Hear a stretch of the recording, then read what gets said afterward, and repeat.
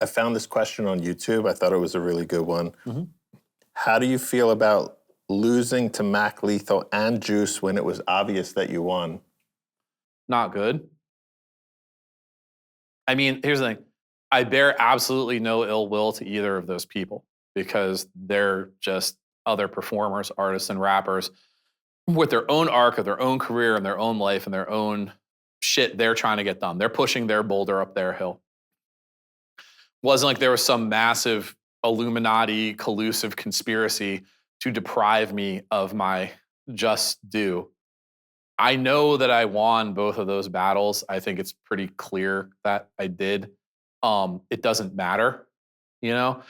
And here's the other thing too.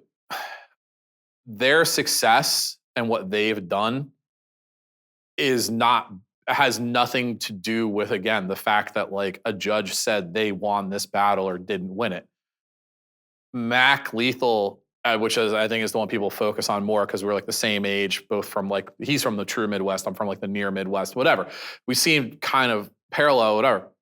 Mac Lethal is a much better songwriter than me. He makes better songs. Now, people would argue like, I mean, Max might have said it, I think, one time. He's like, bar for bar, like Dose is a fucking monster. You know what I mean? Like, put him over a beat, put him in the booth, give him a mic in front of a crowd, whatever. He's going to absolutely torch it. But how good are his coherent projects? Can the dude write a hook?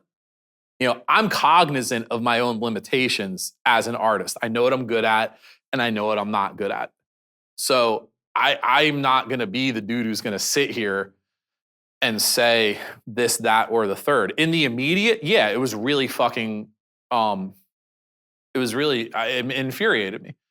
And it did negatively affect me to the extent that I got as much mileage as I could have out of like almost won this twice, probably should have.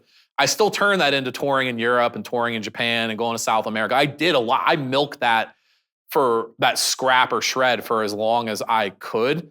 If I had had the championship, probably would have made it easier. Probably could have gotten some sort of better indie situation together. Because we were all trying to get on those indie labels at the time, the big ones. Def Jux, Rhyme Sayers, Quantum, Anacon. Like they were like big four, big five that were responsible for a lot of the music and content that we all consumed even as we were rapping. So it would have helped me coalesce a better fan base, whatever. But that's not, there are plenty of MCs who did way better than me who never even competed in Scribble Jam. You know what I mean? Like, so it's like, I'm just trying to be nuanced here. Like, I want to be fair. I think I can acknowledge that at the time, that was super fucking heartbreaking to me and very infuriating and felt extremely unfair, and I was really angry. At the same time, it has to be said, and you got to edit it this way too, please, that it is not the fault of either of those people. And both of those people did a lot of other things in their respective career and life arcs a lot better than me. And as a man, I can acknowledge that. I think a lot of rappers are immature and they never could. They just be like, you fuck you, like forever. You know what I mean? I talked to Mac before I went to jail on Facebook or whatever. And we kind of came to the same conclusion. We had talked before then too. It was never beef. You know what I mean? He said something like, we met each other in a really weird way.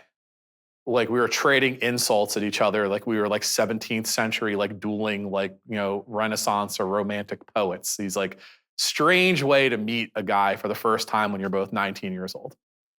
Yeah. And he said to me, he gave me my flowers. He was like, you were a stand-up dude on the situation that is actually more notable than anything I did musically. He was like, you're a stand-up dude.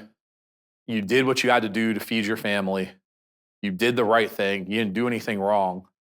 He's like, you have to take this L, unfortunately. It's fucked up. But like, I see you. You're a stand-up guy. You're a real man. And, I was like, I appreciate you. I hope your family's good. I hope everything's going well with you. And that's, I don't know if I think I might have talked to him briefly since I came back, but that's kind of like where we left it. And that's all good. It could have helped make me. It did not break me. I'm responsible for what did or didn't happen with me. I guess that's the TLDR answer.